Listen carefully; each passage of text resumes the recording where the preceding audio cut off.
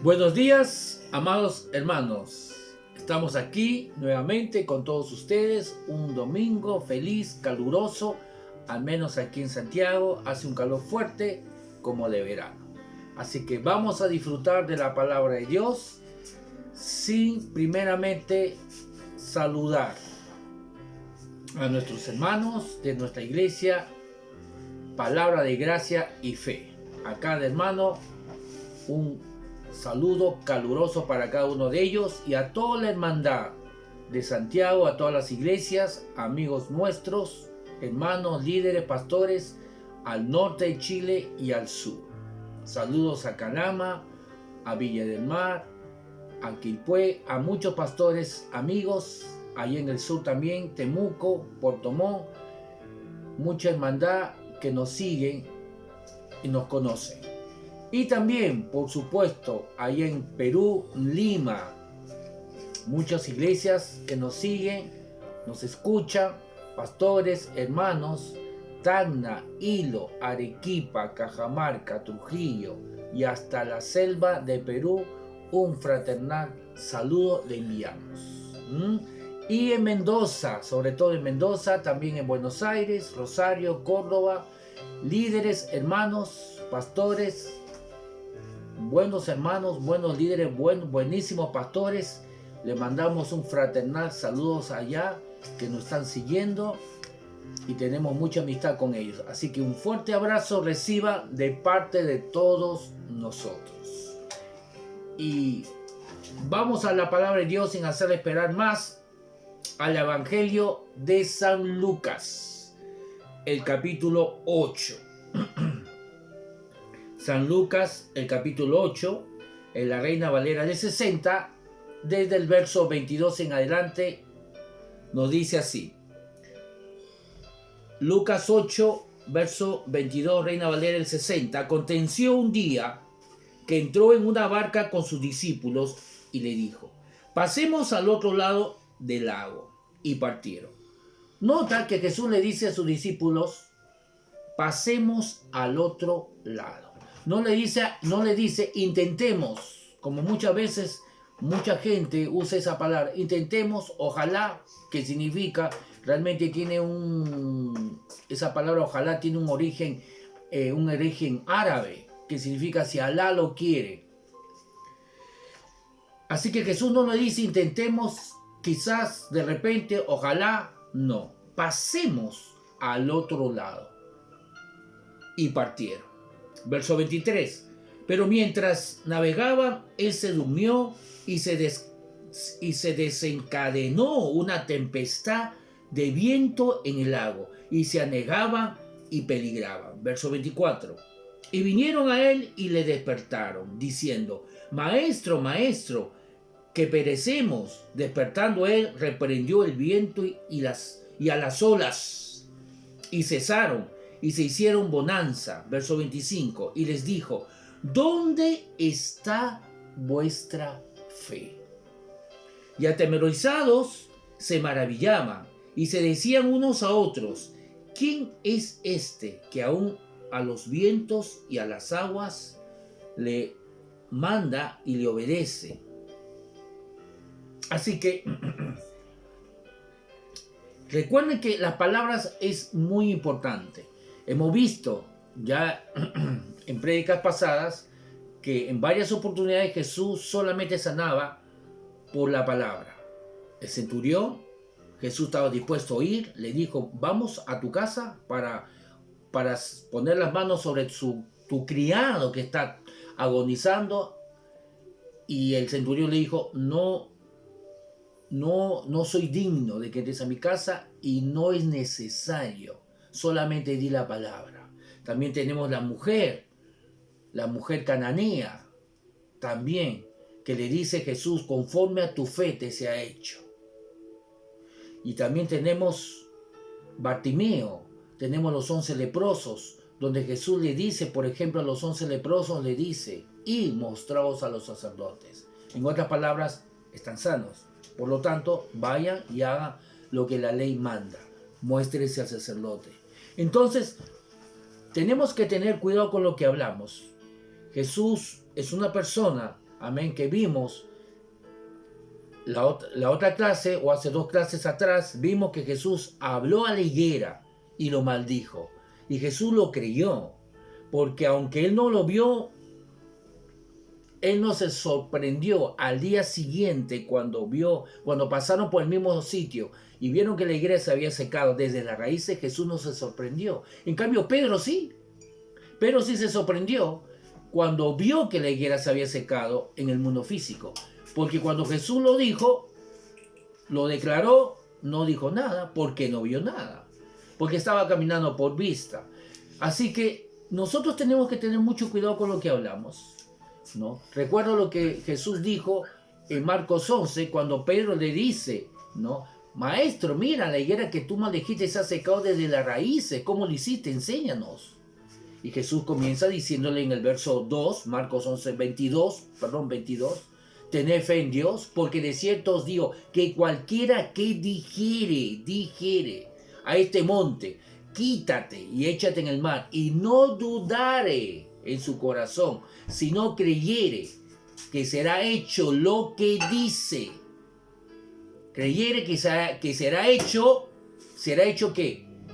Y creyere que será hecho lo que dice. Lo que diga le será hecho. Ojo que Jesús dijo, porque de cierto os digo que cualquiera que dijere a este monte, quítate, échate en el mar, y no dudar en su corazón, sino creyere que será hecho lo que dice. Por eso que si una persona viene y nos dice, por ejemplo, pastor, hermano, hermana, ora por nosotros porque creo que tengo cáncer, ¿de qué va a servir que oremos si la persona cree que tiene cáncer? Y lo está hablando, lo está declarando su fe. Si eso es lo que cree, bueno, entonces eso es lo que va a recibir. Entonces muchas veces hablamos de esa manera. Creo que me voy a morir, pastor, ore por mí.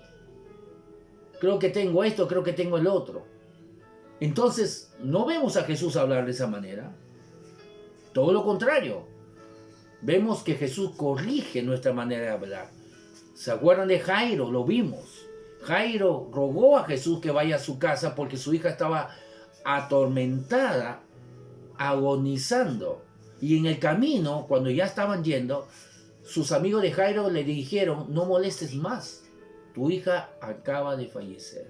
Y Jesús le escuchó y le dijo, no temas, cree solamente, o sigue creyendo, o mantente creyendo. Antes que Jairo diga una palabra de incredulidad, antes que declare que su hija estaba muerta y ya no había caso, ya no se podía hacer nada más, Jesús dijo, sí se puede todavía. No temas, sigue creyendo.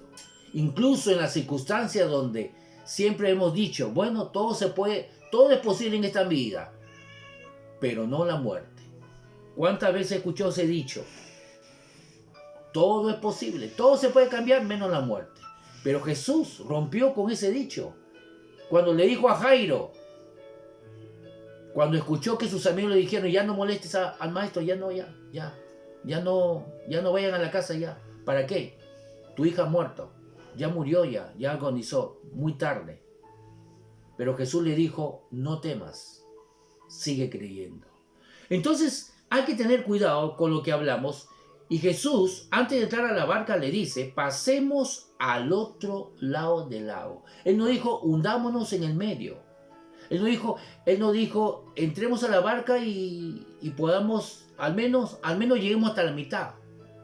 Y ahí veremos, pues, qué pasa. Con suerte, pasaremos al otro lado. O como muchas personas, ¿no? Deséame suerte. La suerte no existe, amado hermano. Lo que existe es Jesús, que murió en la cruz por cada uno de nosotros. Y nuestra fe debe estar en Él y no en la tontera de la suerte. Entonces, vemos aquí que se levantó una tempestad, un problema. Cualquier problema que nos aqueja se levantó y las olas, y Jesús estaba descansando, durmiendo. ¿Cómo es posible que una persona puede estar descansando y durmiendo? Y esta historia se repite en otro pasaje que lo vamos a ver y vamos a ver más detalles. Y Jesús estaba durmiendo cuando las olas, vamos a ver otros detalles, dice en esta misma historia, en otro evangelio, que las olas, el agua entraba a la barca. Así que la tormenta hacía una bulla tremenda y las olas entraban, pero Jesús seguía descansando.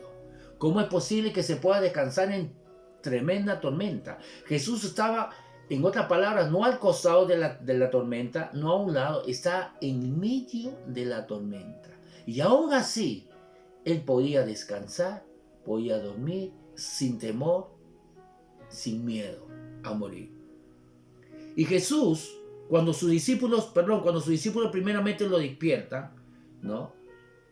Le dice, maestro, maestro, que perecemos, verso 24. Despertando él, reprendió al viento y a las olas, porque eran dos cosas, era el viento, las olas, el mar, y cesaron, y se hizo grande bonanza.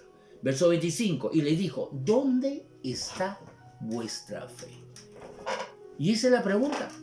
¿Dónde está vuestra fe? Bueno, ¿dónde estaba la fe de los discípulos, al menos en ese momento? Obviamente no estaba en Jesús, estaba en lo que veían, estaba en las olas, en lo que veían, en las circunstancias, en lo que estaba pasando.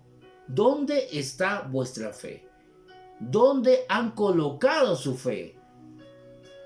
¿Dónde ustedes están confiando? ¿En lo que ven? ¿En lo que escuchan? ¿En lo que sienten? ¿El viento que les golpea en la cara? ¿Las olas? ¿La humedad? ¿El agua? ¿Las olas que entran y lo mojan y lo empujan para un lado y lo empujan para otro lado? De hecho, estas olas entraban y lo tiraban de un lado hacia el otro lado dentro de la barca. Vamos a verlo, la misma historia, pero vamos a tener más detalles en Marcos capítulo 4. Marcos capítulo 4. Marcos capítulo 4.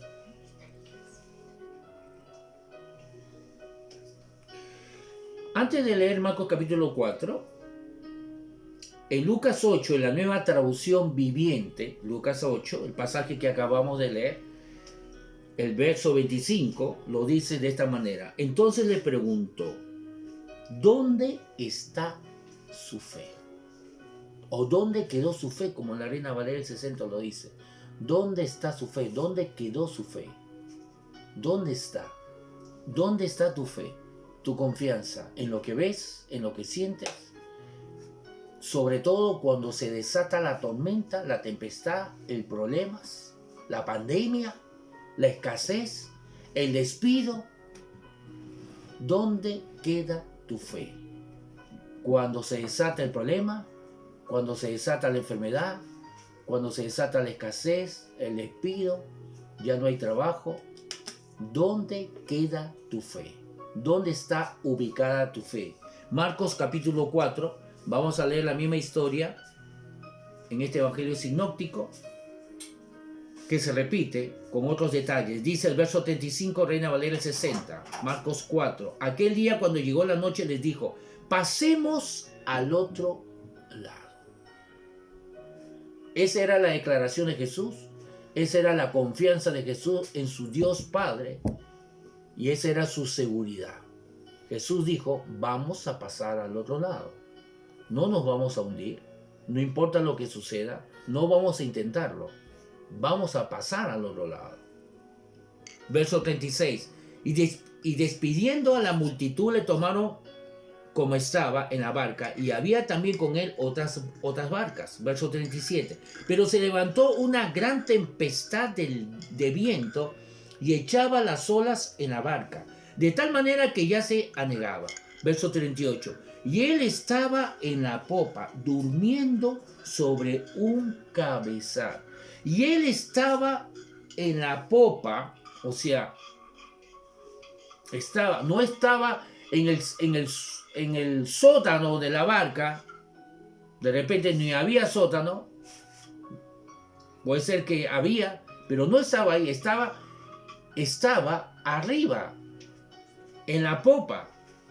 Significa donde están las velas, donde se encuentra el timón. Durmiendo sobre un cabezal o sobre una almohada. Cabezal, algo donde él podía acomodar su cabeza. Cabezal, viene de cabeza, donde él colocaba su cabeza y podía descansar.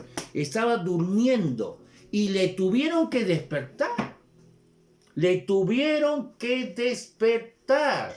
¿Cómo puede ser posible que un hombre duerma con una gran tempestad de viento y echaba las olas en la barca? Esos son los datos que nos dan en esta historia, que no están en Lucas 8. Aquí dice que las olas sí entraban a la barca y la tempestad era grande. Y Jesús descansaba y dormía. Y no estaba en el sótano, adentro, debajo, que él no podía escuchar. ¿Cómo es posible un hombre que esté en la popa pueda dormir, descansar con una gran tempestad que hace ruido, un ruido tremendo, grande? Es una tormenta y encima las olas están entrando a la barca y los discípulos obviamente no están ahí agachados y llorando. Ellos están corriendo de un lado para otro lado con miedo, gritando. Verso 39. Perdón, verso 38. Y él estaba en la popa durmiendo sobre un cabezal. Y le despertaron y le dijeron: Maestro, ¿no tienes cuidado que perecemos? Observa, acá hay un dato que no está en Lucas 8. Lo despierta y encima lo retan a Jesús y le dicen: Maestro, ¿no tienes cuidado que perecemos? ¿No tienes cuidado? ¿No te preocupas de nosotros? Mira, aunque estamos hablando en el primer siglo. Y estamos ya nosotros en el siglo XXI. Las cosas no han cambiado, amado hermano. Se repite lo mismo. ¿Cuánta gente escucho hablar lo mismo que estos discípulos le dicen a Jesús? ¿No tienes cuidado que perecemos? ¿No te preocupan nuestras vidas? ¿Cuánta gente se queja de Dios cuando están con los problemas? Quizás no dicen exactamente esas palabras, pero usan otras palabras, pero es lo mismo. ¿Dónde está Dios en mi problema? ¿Por qué Él permite que esté con cáncer? ¿Por qué Él permite que estoy enfermo? ¿Por qué Él ha permitido que yo me quede sin trabajo? ¿Por qué Él ha permitido que yo me enferme del coronavirus? ¿Por qué Él ha permitido que me pase este problema? ¿Por qué Él ha permitido que me robe? Y piensa que es Dios el causante. En otras palabras, están diciendo: ¿por qué Dios me ha enviado esta enfermedad? ¿Por qué Dios me ha enviado esta tormenta, esta enfermedad, esta escasez, esta tribulación? ¿Por qué ha permitido que muera este familiar? Como si fuese que es Dios lo que ha enviado, el que ha enviado el problema. ¿Qué está pasando? Yo creo que lo más lógico, razonable es pensar: oye, ¿y te has olvidado que existe una persona que se llama el diablo? ¿Te has olvidado lo que dice en Juan 10:10? Que el diablo viene para robar, matar y destruir. Robar, ¿qué roba? Tu salud, tu dinero, mata y destruye. Y Jesús agregó y dijo: mas yo he venido para traer vida y vida en abundancia. Y esa palabra vida significa dos cosas: cantidad y calidad. No solamente está hablando de cantidad. ¿De qué vale que vivamos muchos años si los años que vivimos vamos a llevar una vida de perro? No, habla de una vida en cantidad y en calidad. ¿Por qué la gente, cada vez que le pasa, no todos, pero muchos, cada vez que le pasa algo malo, acredita a que Dios es el que lo ha mandado el problema. Obviamente es por ignorancia en cuanto a las escrituras. Amén. Entonces, ¿cómo es posible aquí que un hombre esté durmiendo, reposando, con una almohada para descansar? Una almohada de señal que yo quiero estar en paz, tranquilo. Pero ¿cómo va a estar en paz con tremenda tormenta, tremendo ruido? ¿Cómo es posible? Necesitamos, creo, aprender de Jesús. ¿Cómo poder descansar en el medio mismo de un problema, de un problemón, diría yo? Yo creo que tenemos que aprender de Jesús cómo poder descansar y reposar y no estar preocupado. Y encima le echan la culpa a Jesús, donde le despiertan y le dicen, ¿no tiene cuidado que perecemos? Que perecemos. En otras palabras, ellos ya estaban pensando en morir. Ellos estaban pensando en la posibilidad de que iban a morir. Perecemos. No dice suframos. Ya estaban pensando en la muerte. En la posibilidad de que esta tormenta lo iba a matar. Verso 39. Y levantándose reprendió al viento y dijo al mar, calla, enmudece. Y cesó el viento y se hizo grande bonanza. O sea, gran calma. Ni ruido, ni olas. Tranquilo. Tranquilation. Todo tranquilo, en paz. Todo lo contrario a lo que estaban pasando. Verso 40. Y les dijo, ¿por qué estáis así amedrentados? Y Jesús continuó hablándole. ¿Por qué están amedrentados? ¿Qué significa amedrentados? Asustados. En otra traducción dice con temor. Vamos a leerlo aquí. En Marcos capítulo 4. Como lo dice. Marcos capítulo 4 dice.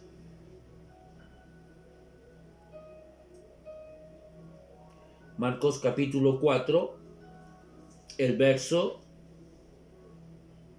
38. Jesús estaba dormido, nueva traducción viviente, cuando verso 38, otra vez. Jesús estaba dormido en la parte posterior de la barca, la parte de atrás, con la cabeza recostada en una almohada, la parte atrás de la barca. ¿Qué significa eso? Significa que él no estaba debajo, como muchas embarcaciones tiene como un subterráneo, como un sótano, la palabra, donde baja y pueden dormir y lo que escucha se escucha igual, pero mucho menos. Él estaba encima, en el primer piso, pero en la parte de atrás, obviamente para no molestar a aquel que está con el timón guiando. Entonces en el verso 38 dice, Jesús estaba dormido en la parte posterior de la barca con la cabeza recostada en una almohada. Los discípulos lo despertaron. Maestro, ¿no te importa que nos ahoguemos? ¿Por qué le dice no te importa que nos ahoguemos? ¿Acaso ellos estaban en el mar? No, ellos estaban dentro de la barca. ¿Por qué ahogarse? Porque obviamente las olas estaban entrando en la barca, entrando y entrando y entrando, y se iba a llenar la barca de tal manera que si no cesaba, entonces la barca se iba a llenar de agua y ellos se iban a ahogar. No en el mar, sino dentro de la barca, con el agua dentro de la barca. Y es por eso que le dice, ¿no te importa que nos ahoguemos? O sea, que muramos ahogados. Gritaron, estaban gritando. Verso 39, cuando Jesús se despertó, reprendió al viento y dijo a las olas, silencio, cálmense. De repente el viento se detuvo y hubo una gran calma. Verso 40, luego él les preguntó, ¿por qué tienen miedo? ¿Todavía no tienen fe? Nueva traducción viviente. ¿Por qué tienen miedo? ¿Todavía no tienen fe? Reina Valera del 60. Y les dijo, ¿por qué estáis así amedrentados? Porque tienen miedo. ¿Cómo no tenéis fe? ¿cómo no tenéis fe? O la Nueva Traducción Viviente, ¿por qué? Perdón, ¿todavía no tienen fe? ¿Todavía no tienen fe? ¿Cómo no tenéis fe? Jesús esperaba que ellos ya tengan fe, que ellos ya hayan aprendido a confiar. Ellos habían visto muchas sanidades, muchos milagros, porque estaban caminando con Jesús, dormían con Jesús, comían con Jesús, desayunaban con Jesús, estaban las 24 horas siendo entrenados con Jesús, viendo los milagros, las sanidades, y preguntando y recibiendo enseñanza. Y cómo Jesús enfrentaba a los fariseos, y cómo sanaba a los leprosos, a los ciegos, resucitó a Lázaro. Así que Jesús esperaba que ya con eso ellos deberían haber aprendido. Y es por ello que en la Nueva Traducción Viviente dice, ¿por qué tienen miedo? ¿Todavía no tienen fe? Reina Valera 60, ¿cómo no tenéis fe? ¿Todavía no tienen fe? ¿Todavía no han aprendido a confiar? ¿Por qué están con miedo? En otras palabras, Jesús estaba diciendo, si tuvieras fe, no tendrías miedo. Si tuvieras fe, no tendrías miedo. ¿Por qué tienes miedo? ¿Cómo no tenéis fe? Obviamente, el miedo es una señal fuerte, una característica que nos está diciendo que no hay fe. Cada vez que nos encontremos con miedo o temor, entonces estamos dando el síntoma que al menos en ese momento no estamos creyendo, al menos en ese momento no estamos confiando en Dios, no estamos confiando en Jesús. Verso 41. Entonces temieron con gran temor por lo que Jesús hizo, la forma como Él calmó la tempestad, la autoridad que tuvo sobre la naturaleza, las olas y el viento y la tormenta. Y se decían el uno al otro, ¿quién es este que aún el viento y el mar le obedecen? Vamos una vez más a una tercer testigo de la misma historia. Mira, esta historia se repite en Lucas, Marcos y también en Mateo. Vamos a Mateo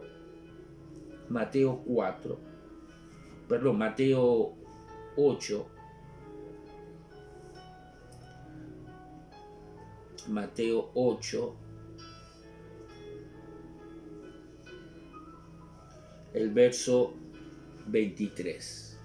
Mateo 8, verso 23. Y vamos a volver a leerlo con otros detalles, pero ahora en el Evangelio de San Mateo, capítulo 8, el verso 23.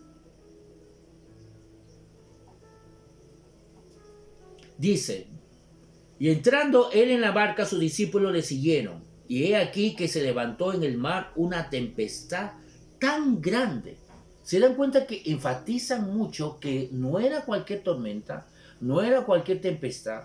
Enfatiza en este evangelio y también en Marcos que era una gran tempestad, no una mediana ni chica tempestad, no una pequeña tormenta, sino una grande. Dice aquí, y él les dijo, ¿por qué teméis, hombres de poca fe? Entonces levantándose, el verso 24, me fui muy adelante. Verso 24, y aquí que se levantó en el mar una tempestad tan grande que las olas cubrían la barca. Las olas cubrían. ¿Qué significa eso? Que las olas entraban a la barca. Pero él dormir. Pero, ¿por qué dice pero? ¿Por qué se usa la palabra pero? Porque está diciendo que a pesar que la tormenta era grande y las olas entraban, y lo lógico, lo razonable es que nadie pueda dormir con tremenda tormenta y tremendas olas. A pesar de eso, Jesús dormía. ¿Cómo puede dormir? ¿Cómo puede tener tanta tranquilidad? Obviamente sabemos por las Escrituras muchos pasajes que Jesús se comunicaba estrechamente con su Padre.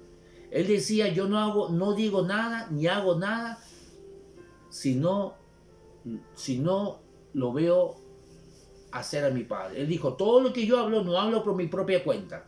Lo que yo hablo es lo que escucho a mi Padre decir y eso hablo. Luego dijo en otra oportunidad, ¿no has visto mis maravillas? ¿No has visto las obras que he hecho? De cierto te digo que las obras que yo hago, Él lo hace en mí. Felipe dice, Jesús, muéstranos al Padre y con eso nos basta y te creemos. ¿Cuánto tiempo estoy con ustedes y hasta ahora no creéis que el Padre está en mí y yo estoy en el Padre? Y todo lo que yo digo y todo lo que hago, Él lo hace en mí. Así que Jesús dormía en paz, tranquilo. ¿Por qué? Porque estaba obviamente confiando en Dios Padre. Él antes de entrar dijo, vamos a pasar al otro lado. Vamos a pasar al otro lado. Lo mismo cuando dijo la higuera, sécate, te maldigo, nadie coma fruto más de ti. Y así va a ser. No me voy a preocupar por eso, ya lo dijo, ya lo dije, y así va a ser. Seguridad total es lo que tenía Jesús, que traía paz, tranquilidad, seguridad en su Padre, en su amor, en el amor del Padre, porque lo conocía. ¿Cuál es la diferencia entre Jesús y nosotros? Porque Él sí podía tener esa fe tan convincente, tan seguro. Obviamente porque Él conocía el amor del Padre, el amor que nosotros no hemos todavía llegado a conocerlo como Él lo conoce. Repito, ¿por qué tenía esa fe tan convincente, tan seguro, tan total que Jesús lo manifestaba al Padre? Porque Jesús conocía el amor del Padre en su plenitud, cosa que nosotros no hemos alcanzado todavía. Sí conocemos el amor de Dios y expresamos el amor de Dios y predicamos acerca del amor de Dios y decimos y declaramos que Dios, su amor es grande y Dios es amor, pero no lo conocemos, todavía no hemos logrado, no hemos recibido ese conocimiento, esa revelación del amor de Dios como Jesús sí lo tenía. ¿Qué significa eso?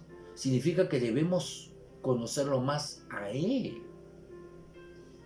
Pero somos nosotros los responsables de exponernos, de colocar nuestros ojos, nuestros corazones en las Escrituras y abrir nuestro corazón para que podamos ir conociéndolo cada vez más, y por lo tanto cada vez más nuestra fe va a ser más convincente, más seguro, más fuerte, porque entonces conoceremos la grandeza de su amor cada vez más. Entonces aquí dice el verso 26, Él les dijo, ¿por qué teméis, hombres de poca fe? Jesús no les dice que eran hombres que no tenían fe. Jesús le dice, ¿dónde quedó su fe? ¿Dónde está su fe? ¿Cómo que hasta ahora no tienen fe? ¿Cómo que hasta ahora? ¿Por qué reaccionan así? ¿Por qué temen? Hombres de poca fe.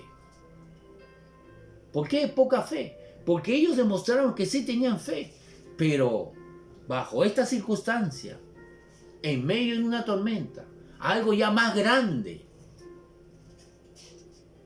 donde las olas ya están entrando, donde peligra mi vida, ahí ellos ya comenzaron a dudar, porque su fe, ¿dónde estaba? Como lo leímos en el otro evangelio, ¿dónde quedó su fe? ¿Dónde está su fe? Obviamente, ¿dónde estaba la fe de ellos? En lo que veían, en lo que sentían. las olas en sus caras, en sus rostros, el agua en sus pies, subiendo y subiendo. En cambio, Jesús no se preocupaba de las olas, no se preocupaba que las olas entraran a la barca, no se preocupaba del ruido ni el viento. Todo lo contrario, él estaba durmiendo, sabiendo que su padre lo amaba y lo cuidaba. Y luego dice, entonces, otra vez el verso 26, él les dijo, ¿por qué teméis, hombres de poca fe? Entonces levantándose reprendió a los vientos y al mar, y se hizo grande bonanza. Verso 27, y los hombres se maravillaron, diciendo, ¿qué hombre es este, que aun los vientos y el mar le obedecen? Amado hermano, es tiempo que nosotros aprendamos a descansar en Dios. Mucha gente que profesa que caminan en fe, ellos lo profesan diciendo que están luchando con su fe, como la otra vez les decía en otra enseñanza. Y hermano, ¿cómo vas? Hermanita, ¿cómo te va? Ahí, hermano, ahí, pastor, ahí, luchando con mi fe. Si tú estás luchando, entonces realmente no estás en fe, porque la fe nos hace entrar al descanso, al reposo. Y podemos ser capaz como Jesús lo hizo, poder dormir en medio de la tormenta. Ese es el nivel de fe que Jesús nos propone que lleguemos, que manifestemos. No es que no tengamos fe, ya lo he enseñado. Nunca digas, es que no tengo fe. Tú tienes fe. Si no tuvieras, entonces no serías un hijo de Dios, no serías creyente. El problema es que permitimos que la duda entre. Y cuando la duda entra, cuando nuestra atención lo quitamos de Jesús y lo colocamos en lo que vemos, en lo que escuchamos. Vamos a Hebreos capítulo 4. Y tenemos que descender. Hoy día vamos a disfrutar de una santa cena, así que nos quedan unos minutos. Hebreos capítulo 4.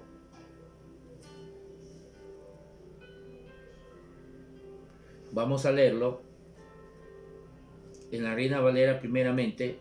Hebreos capítulo 4, desde el verso 1 dice,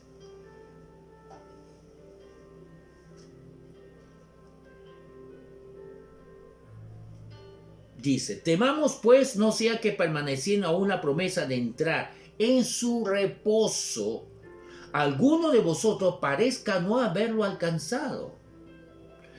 Nosotros tenemos que entender cuál es el contexto, quién es el que está hablando. El autor de Hebreos, que posiblemente es el apóstol Pablo, ¿no? Es una epístola donde los primeros versículos el autor no quiso identificarse por alguna razón. No quiso identificarse. Y esta carta va dirigido a un grupo de personas en una circunstancia. Eran hebreos donde ellos estaban siendo perseguidos, quemados, robados, le estaban quitando sus bienes, sus casas, porque se habían pasado al cristianismo. Habían desertado de la ley, de la ley de Moisés, y se estaban convirtiendo a Jesús. Y por haber hecho eso, lo estaban castigando, apresando, matando, quemando sus casas y echándolos de sus bienes. Y ellos comenzaron a dudar si realmente valía la pena lo que ellos hicieron en creer en Jesús por todo lo que le estaba pasando, todas las tribulaciones por haber decidido seguir a Jesús.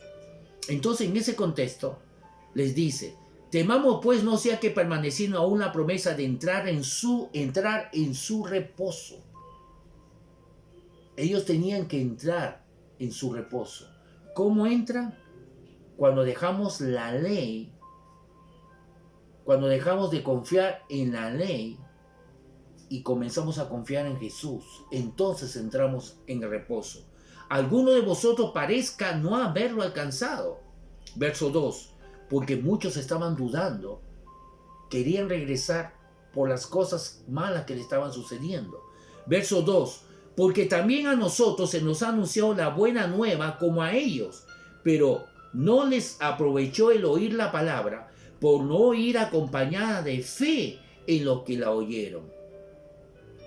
Está diciendo que muchos escucharon el evangelio, la buena nueva, como a otros también, pero a otros no le aprovechó el haber escuchado el evangelio, no les sirvió de nada porque no fue acompañada con fe en lo que estaban escuchando.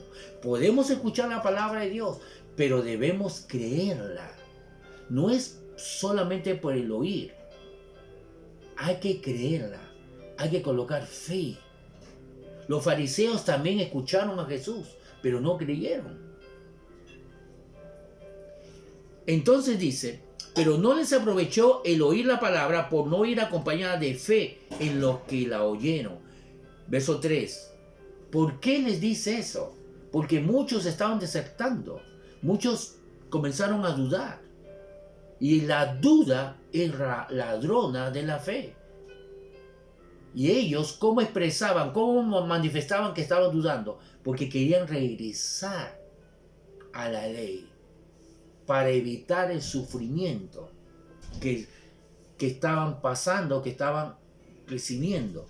Verso 3. Pero los que hemos creído en Jesús, dejando la ley atrás, entramos en el reposo. De la manera que dijo, por tanto juré en mi ira, no entrarán en mi reposo, aunque las obras suyas estaban acabadas desde la fundación del mundo. Aquí en Hebreos hace referencia que Dios les dijo en el Antiguo Testamento, le habló de un reposo, pero era una sombra, era solamente un tipo de lo que iba a suceder realmente cuando Jesús venga. El reposo simbólico que ellos tenían en el Antiguo Testamento, en el Antiguo Testamento era la tierra prometida. Y muchos no entraron. La mayoría no entró. Porque no creyeron. Porque ellos decían, hay gigantes, no podemos. Pero Dios les dijo, yo he puesto en sus manos a sus enemigos. Y yo lucharé por ustedes. Ustedes ya tienen la victoria. Les dijo que estaban en sus manos, que Dios la había puesto, pero ellos no creyeron, a excepto de Josué y Caleb. Ellos entraron a ese reposo natural. Pero luego Dios anuncia el verdadero reposo, porque ese solamente era un símbolo, un tipo de lo que iba a venir, de lo verdadero que iba a venir. Ellos tenían la sombra, la luz iba a venir. Jesús, el verdadero reposo. Verso 4. Porque en cierto lugar dijo así del séptimo día, y reposó Dios de todas sus obras en el séptimo día. Verso 5. Y otra vez aquí, no entrarán en mi reposo. Recuerda, cuando le dice, y no entrarán en mi reposo, se refiere al pueblo de Israel, que ellos entraron en incredulidad, en desobediencia, y no quisieron entrar a conquistar la tierra prometida, donde era su reposo natural. Verso 6. Por lo tanto, puesto que falta que algunos entren en él, y aquellos a quienes primero se les anunció la buena nueva, no entraron por causa de su obediencia. Se refiere al pueblo de Israel que no entró al reposo natural, que era la tierra prometida. Verso 7. Otra vez determina otro reposo, el verdadero, el definitivo. Otra vez determina un día, hoy, diciendo, después de tanto tiempo, por medio de David, como se dijo, si oyereis hoy su voz, no endurezcáis vuestros corazones. Aquí viene el verdadero reposo. Dios coloca otra oportunidad, otro reposo, el verdadero, el total. Ya no es natural, sino es espiritual, y es verdadero, y es pleno. Verso 8. Porque si Josué, quien fue el que quien fue el que lo condujo al pueblo de Israel a que entren a la tierra prometida, al reposo natural, simbólico, a la sombra, al tipo, a la figura de lo que iba a venir después. Porque si Josué les hubiera dado el reposo, que es lo que Josué le estaba ofreciendo de parte de Dios, la tierra física, la tierra prometida. Porque si Josué les hubiera dado el reposo, no hablaría después de otro día, no hablaría después de otro día. Les habló de otro reposo, del verdadero que venía. Por tanto, verso 9, queda un reposo para el pueblo de Dios, un reposo. Verso 10, porque el que ha entrado en su reposo también ha reposado de sus obras como Dios de las suyas. Como Dios de las suyas. Vamos ahora no tenemos el tiempo, porque tenemos que tomar Santa Cena, pero vamos a comenzar a estudiar en las siguientes clases, una o dos clases más, acerca realmente qué significa para Dios el reposo y cómo entramos al reposo, cómo realmente podemos descansar en Dios. Porque la Biblia habla mucho acerca del reposo, como por ejemplo estos versículos y otros versos. La Biblia dice aquí, como Dios descansó de sus obras. Está dando referencia a Génesis, cuando Dios creó el universo y el séptimo día Dios santifica y descansa de lo que Él hizo. ¿Acaso Dios se cansó? ¿Por qué dice que Dios, así como Dios descansó y reposó de sus obras, también ha reposado? Verso 10 otra vez, y termino con esto, porque el que ha entrado en su reposo también ha reposado de sus obras como Dios de las suyas, dando referencia a Génesis, cuando Dios crea todo el universo, al hombre y toda la naturaleza, y el séptimo día lo santifica porque es el día que Dios descansa de sus obras. Y así también dice, así nosotros debemos entrar en el reposo y descansar en nuestras obras. ¿Acaso Dios se cansa? Es un ser humano que tiene carne y hueso y músculos y se cansa. Vamos a tomar más tiempo en otras enseñanzas para poder desarrollar este descanso que Dios nos habla y cómo realmente poder entrar y disfrutar. ¿Qué tenemos que hacer para disfrutar de este descanso y reposo? Solamente quiero adelantarte algo. Dios, cuando creó al hombre, cuando creó a Adán y Eva, no lo creó el primer día, lo creó el último día. Porque en los días anteriores Dios hizo todo lo que el hombre necesitaba. Hizo todo lo que el hombre necesitaba para que al hombre no le falte nada. Vuelvo a repetir, Dios no creó al hombre el primer día, lo creó después, cuando todo ya estaba terminado para que no le falte nada. Lo mismo está ocurriendo ahora. Jesús fue a la cruz y en la cruz no solamente perdonó nuestros pecados, sino también llevó nuestras enfermedades. También habla que Dios, siendo rico, se hizo pobre para que que Jesús, siendo rico, se hizo pobre para que nosotros, con su pobreza, fuésemos enriquecidos. La palabra salvación significa prosperidad, libertad, seguridad, liberación, sanidad.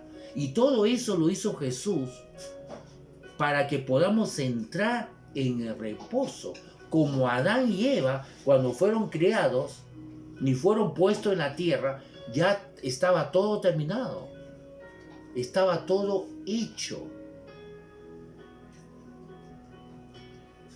Adán y Eva fueron creados el último día,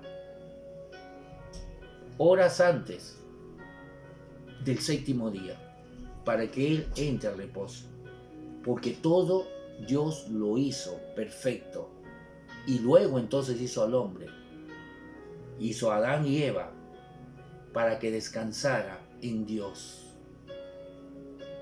Vamos a comenzar a estudiar esto y a escudriñar esto y a entender realmente lo que Dios nos está hablando acerca de cómo entrar al reposo, qué significa para Dios entrar al reposo y descansar en Dios. ¿Cuántos de nosotros nos gustaría llegar a tener esa actitud que tuvo Jesús en medio de una tempestad? Llegar a ese nivel de fortaleza de fe, que seamos capaces de poder dormir y descansar en medio de una tormenta como Jesús fue capaz de hacerlo. Así que esas enseñanzas vienen en la próxima semana. Vamos a tomar la Santa Cena. Vamos a 1 Corintios capítulo 11 rápidamente. 1 Corintios capítulo 11 y nos dice así. 1 Corintios capítulo 11.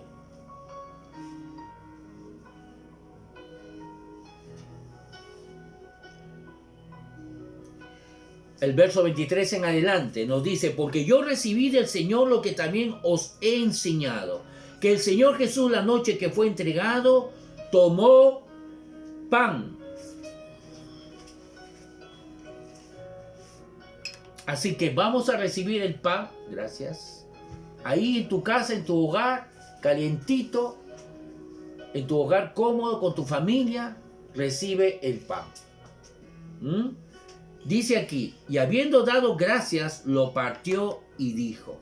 Una de las cosas que a veces uno no se da cuenta y lo lee, pero tenemos que por eso no leer, sino meditar. Vemos que Jesús era una persona muy agradecida. Lo primero que él hace siempre es agradecer a Dios, como ya le había enseñado. Una característica de una persona que está caminando en fe, que está creyendo en Dios, es una persona agradecida. ¿Cómo es tu oración? ¿Cómo debería ser tu oración? Lo primero que debemos hacer es agradecer a Dios, comenzando agradeciendo y terminando agradeciendo. Una persona fuerte en fe es una persona que es capaz de agradecer, de dar gracias a Dios. He visto yo milagros, sanidades tremendas en mi ministerio cuando hemos orado por personas enfermas y se han manifestado después que hemos dado gracias a Dios por la sanidad, dándolo por hecho, no antes.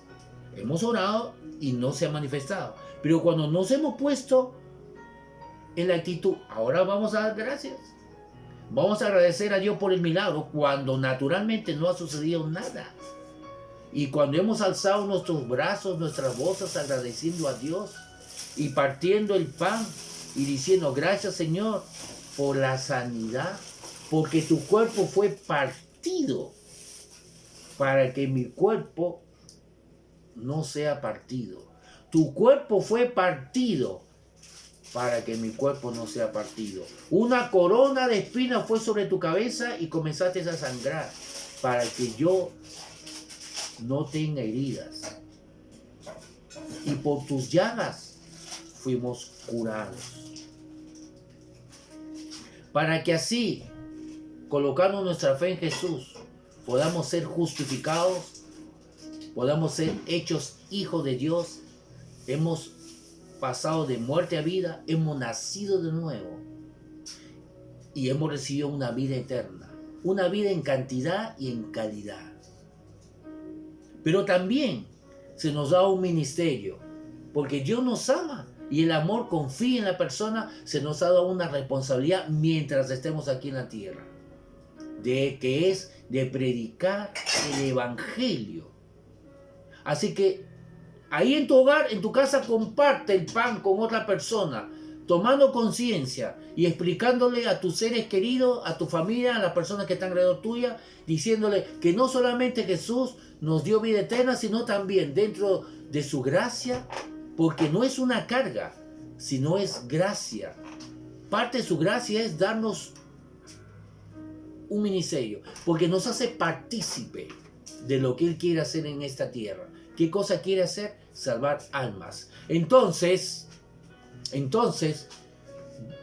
debemos compartir el evangelio con otras personas. ¿Cómo lo comparto? Abriendo nuestra boca, hablando acerca de la obra de Jesús, acerca de lo que Él hizo por ellos. Así comamos este pan, tomando conciencia de que por su llaga estamos sanos Y nuestra boca, nuestra lengua, nuestras palabras es para aquel que no ha conocido a Jesús.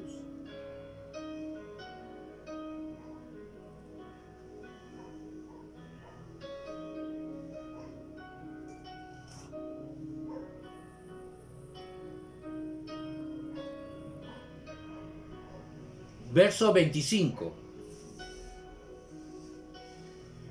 Asimismo tomó también la copa después de haber cenado. Asimismo tomó la copa después de haber cenado, diciendo, esta copa es el nuevo pacto. Ahí está, donde en tu casa puede ser un juguito. Lo importante es lo que representa. Puede ser vino, de preferencia sin alcohol. Porque lo importante no es la cantidad, sino es lo que representa. Tomando conciencia, dicen los versículos que vienen, tomando conciencia de lo que estamos haciendo, recordando el sacrificio de nuestro Señor Jesucristo y lo que significa para cada uno de nosotros. Dice entonces, asimismo tomó también la copa después de haber cenado, diciendo, esta copa es el nuevo pacto en mi sangre. Haced esto todas las veces que la bebieres en memoria de mí. Así que este jugo o este vino, lo que representa es la sangre de Jesús que fue derramado por cada uno de nosotros. Por eso que siempre quedó el dicho que nos dice que cuando damos nuestra vida, damos nuestra sangre. Porque justamente ese dicho viene de la Biblia. En Levítico dice que la vida está en la sangre. En la sangre representa la vida que damos por otros. Y Jesús dio su vida cuando dio su sangre. Hasta la última gota, dice los teólogos, los médicos, cuando fue pinchado por una lanza, salió agua y sangre, como señal de que era lo último que le quedaba en su cuerpo. Y esa sangre preciosa fue derramada en el verdadero tabernáculo, que es en el cielo, delante de Dios Padre, para justificarnos, para que todos nuestros pecados sean perdonados, presentes, pasados y futuros, para que todas nuestras enfermedades sean sanadas, para que esa sangre cubra todas nuestras necesidades y nos prospere y no nos falte nada, sino todo lo contrario, tengamos para poder sobreabundar en generosidad para con otros, ayudándolo al pobre. Así pues, todas las veces que comieres este pan y bebieres esta copa, la muerte del Señor anunciáis hasta que Él venga.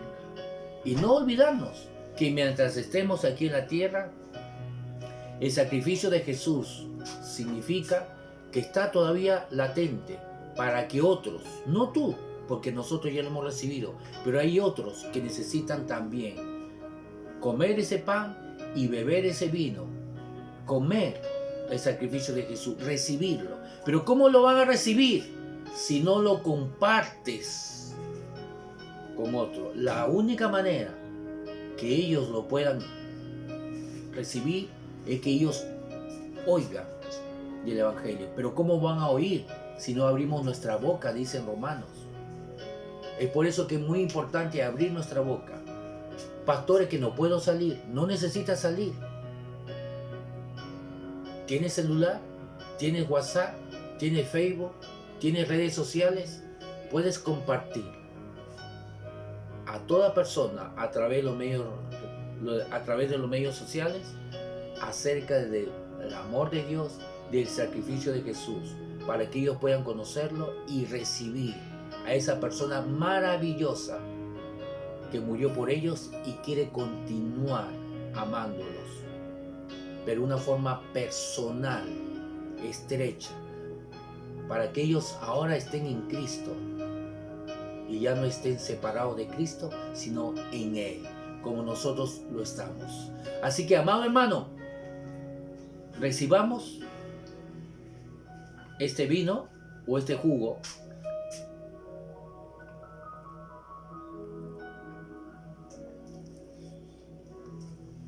y bendecimos a todas las personas que nos han escuchado, que se han conectado, que reciban sanidad, suplir de necesidades, cualquier necesidad material, económica, cualquier deuda que sea pagada, cubierta, cualquier necesidad sea cubierta, y no solamente cubierta, sino, como dice la palabra mente, sobreabunde. Sobreabunde.